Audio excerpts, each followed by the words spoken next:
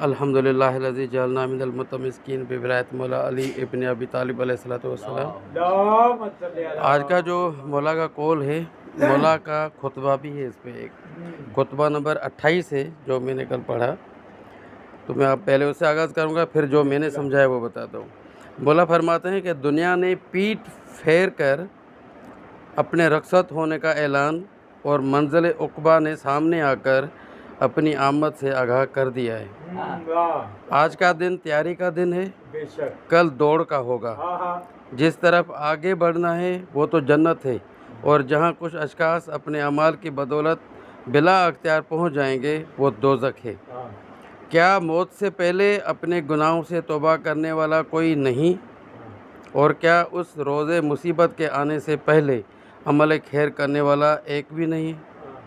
تم امیدوں کے دور میں ہو جس کے پیچھے موت کا ہنگامہ ہے، تو جو شخص موت سے پہلے ان امیدوں کے دنوں میں عمل کر لیتا ہے تو یہ عمل اس کے لیے سود مند ثابت ہوتا ہے، اور موت اس کا کچھ بگاڑ نہیں سکتی۔ اور جو شخص موت سے قبل زمانہ امید و آرزو میں کوتاہیاں کرتا ہے تو وہ عمل کے اعتبار سے نقصان رسیدہ رہتا ہے، اور موت اس کے لیے پیغام میں ضرر لے کر آتی ہے۔ لہٰذا جس طرح اس وقت جب ناگوار حالات کا اندیشہ ہو نیک اعمال میں منہمک ہوتے ہو، ویسا ہی اس وقت بھی نیک اعمال کرو جبکہ مستقبل کے آثار مسرت افزا محسوس ہو رہے ہوں۔ مجھے جنت ہی ایسی چیز نظر آتی ہے جس کا طلبگار سویا پڑا ہو، اور جہنم ہی ایسی شے دکھائی دیتی ہے جسے دور بھاگنے والا خواب غفلت میں مئو ہو۔ جو حق سے فائدہ نہیں اٹھاتا اسے باطل کا نقصان و ضرر اٹھانا پڑے گا۔ جس کو ہدایت ثابت قدم نہ رکھے اسے گمراہی ہلاکت کی طرف کھینچ لی جاتی ہے۔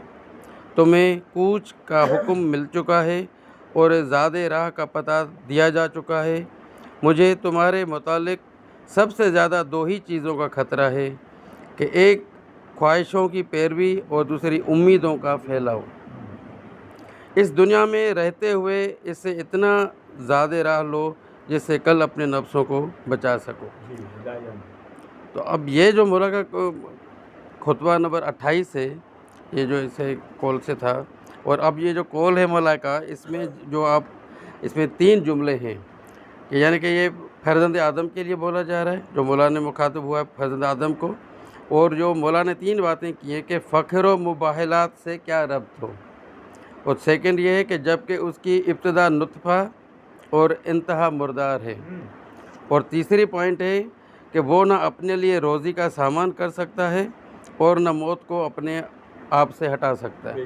تو اب ہم اگر اس قول کو الٹا پڑھیں کہ وہ بندہ جو محتاج ہو اپنے زندگی گزارنے کے لیے بھی اپنے روزی کا سامان نہ کر سکتا ہو، اور وہ موت کو جب اسے آنے والی ہوگی اسے بھی نہیں ٹال سکتا ہو، اور جب کہ اس کی جو ابتدا ہے وہ بھی نطفہ ہے، اور جب وہ مرے گا تو وہ مردار ہو جائے گا۔ اب یہ کیوں بولا گیا کہ نطفہ بھی حرام ہے؟ جیسے خادم بھائی نے ابھی بتا دیا کہ پلید ہے، اگر کہیں کپڑے پہ جسم پہ لگ جائے تو آپ نے پاک کرنا ہے، اور جیسے مردار ہو جاتا ہے تو مردار بھی وہی ہوتا ہے کہ جب آپ مس میت کرنی پڑتی ہے کہ اگر کر لیا تو یعنی کہ وہ بھی اس وقت جو ہے نجس ترین ہوتا ہے۔